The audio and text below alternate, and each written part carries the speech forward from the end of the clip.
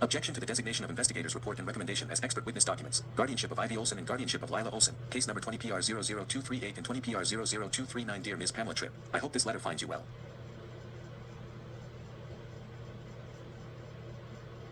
Well, I am writing to formally object to the designation of the investigator's report and recommendation as the documents for an expert witness to review in the matter of the guardianship of Ivy Olsen and guardianship of Lila Olsen, case number 20PR00238 and 20PR00239.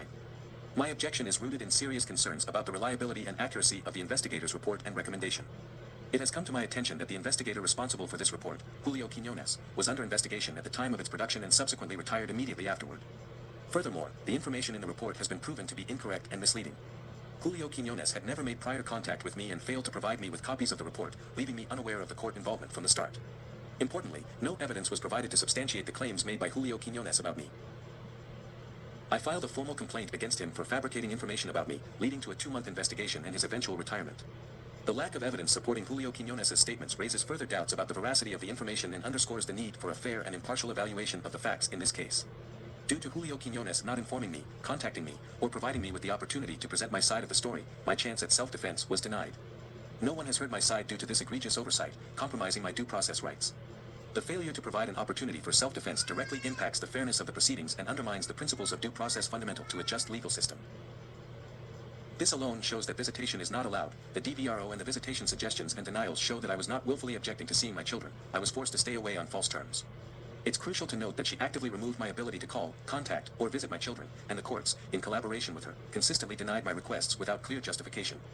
I intend to include her letter, which explicitly details the removal of my contact with my children. Additionally, I will present David Green's perspectives and comparisons alongside these documents, as they provide additional context to the situation.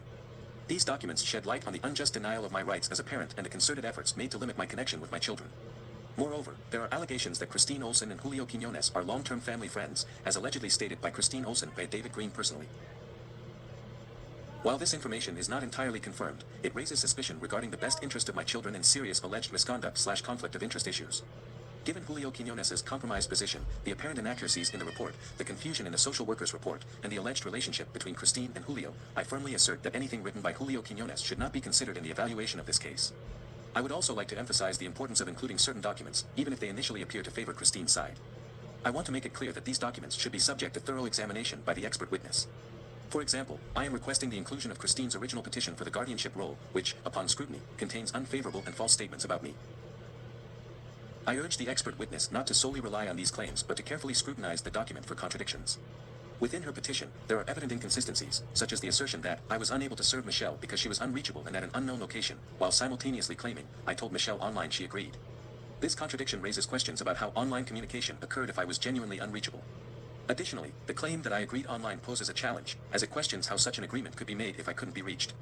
Furthermore, I would like to draw attention to the contradiction between Christine's later claims and my evidence, including a video chat with the girls and Christine just 3 days before her petition on July 30, 2020. Upon careful review, numerous contradictions and rule violations become apparent. It becomes evident that I was not initially aware of court proceedings, and upon my entry into the proceedings approximately 6 months later, I actively participated. This does not align with the behavior of a mother intentionally abandoning her children. Our initial agreement had a duration of 6 months, and despite our ongoing contact, Christine never informed me of the developments transpiring behind my back. In Christine's original petition for her role as a guardian, she explicitly states that the purpose of filing is for the schooling and medical well-being of the children. However, later in the document, numerous untrue and harsh statements about me are introduced, none of which were initially mentioned. Nowhere in her initial petition does she assert that I had abandoned my children, nor does it suggest any intentional or willing act of abandonment on my part. This is a new narrative that was not present in the initial filing. DCFS Closure April 7, 22, 9.1. 22. I would also like to include the Riverside County Court order, which correlates with Christine's request for the social report by Los Angeles Child Services. It is noteworthy that the report concluded that no abuse was found in the home. However, immediately after this conclusion, the Riverside Court issued an order leading to the permanent removal of all 4 Lure children due to the abuse inflicted on them. The 4 Lure children went to mandated reporters on their initiative to report what occurred under the care of Christine and Adam Lure, leading to the removal of the children. This situation mirrors the circumstances with my children. I possess information regarding Mr. Lure's ex-wife, Heather Way, details about the case, a copy of the order, and the name of Mrs. Way's attorney if required. Additionally, I wish to include Ventura County paperwork filed in 2021, which contains evidence documents illustrating Christine's custody battle with her ex-husband, James Dorman. In this case, Christine was deemed unfit, a flight risk, and accused of parental abduction. This further illustrates the apparent instability in her care arrangements for children. It's important to highlight Christine's historical pattern of truancy and frequent changing of schools with her own children, as evidenced by court records. Unfortunately, this pattern seems to be repeating itself in my case, with my children experiencing at least 5 different schools and residences, including 3 different schools within a 3-month timeframe while in La Mesa, California alone. DVRO is based on false allegations. If we could subpoena Erin Lyons, the supervisor that Christine claims had suggested she call the police, you will find no record of these events occurring, which is critical. Min Order 8.5.21, the minute order Christine is requesting to have reviewed clearly shows that the vexatious litigant threat had been made against me not due to filings, etc. But because I mentioned the criminal history of the Guardian, because the Guardian had lied about her criminal past. This very minute order had been the reason why there was a 1-year gap, because the court filled me with fear to do anything further. It says that, if the issue of the criminal record of Guardian is raised subsequently by Michelle Olsen, the court will admonish her. If Michelle Olsen comes back before the court will give this admonishment to her. That was a clear attempt to silence me. Christine had lied on her reports with the investigator, stating she had never been arrested when she had. 1 year later I said screw it and started filing again despite the threat. And when I had filed to terminate the guardianship the second time, Christine, not the court, tried deeming me a vexatious litigant, and then all of a sudden the court, as well as Christine, had different causes to try and deem me as vexatious litigant. Instead of it being the criminal record or coming before the court, it was suddenly over 30 plus filings, which further proves my suspicions that they were just trying to silence me, which is not ethical. Social worker report. I have a reply and corrections to Sullivan's report that I filed. If this has to be presented, I request that my reply be provided.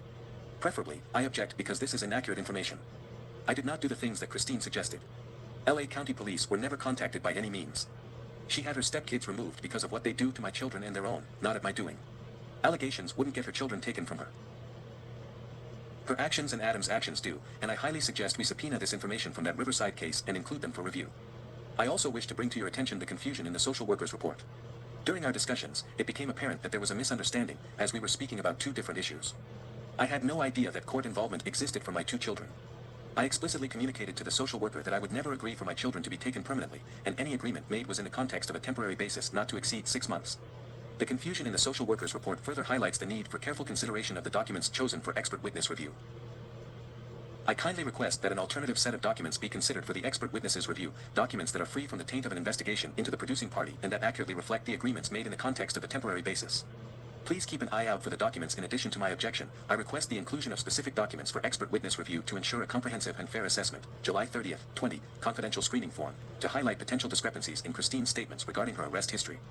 August 4th, 2020, petition for temporary guardianship, to illustrate Christine's initial misleading statements and subsequent contradictions. Complaint against Julio Quinones, a formal complaint submitted alongside the Butte County case, showcasing the investigation into Mr. Quinones. Declaration of David Green, addressing inaccuracies in David Green's statements, particularly the alleged letter I wrote to my ex-boyfriend. Declarations from various individuals, including myself, Brandolyn Dorman, David Green, Doreen Kaler, and Michael Olson, emphasizing the credibility of witnesses. Evidentiary hearing for David Green, demonstrating the court's limitations on contact, providing context to Christine's letter removing contact.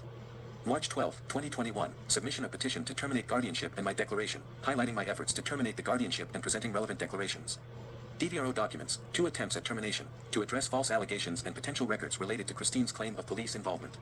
Ventura County paperwork from 2021, illustrating Christine's custody battle with her ex-husband, James Dorman, and her deemed unfitness as a parent. Riverside County Court order, confirming the removal of all 4 Lure children due to abuse, drawing parallels to my case. Character reference letters, from individuals providing insight into my character and parenting abilities. Correspondence from Doreen Kaler, revealing inconsistencies in confidential screening reports and potential issues with schooling records. Brandolyn Dorman's letter, expressing concerns about Christine's character and treatment of children, offering a different perspective. Additionally, I would like to include any character reference letters and other relevant documents from my records that can support my case. I also seek guidance on presenting evidence related to coerced or forged consents, as this is a new aspect for me. I appreciate your attention to this matter and look forward to your guidance and assistance. Thank you for ensuring a fair and just evaluation of the facts in this case. ChatGPT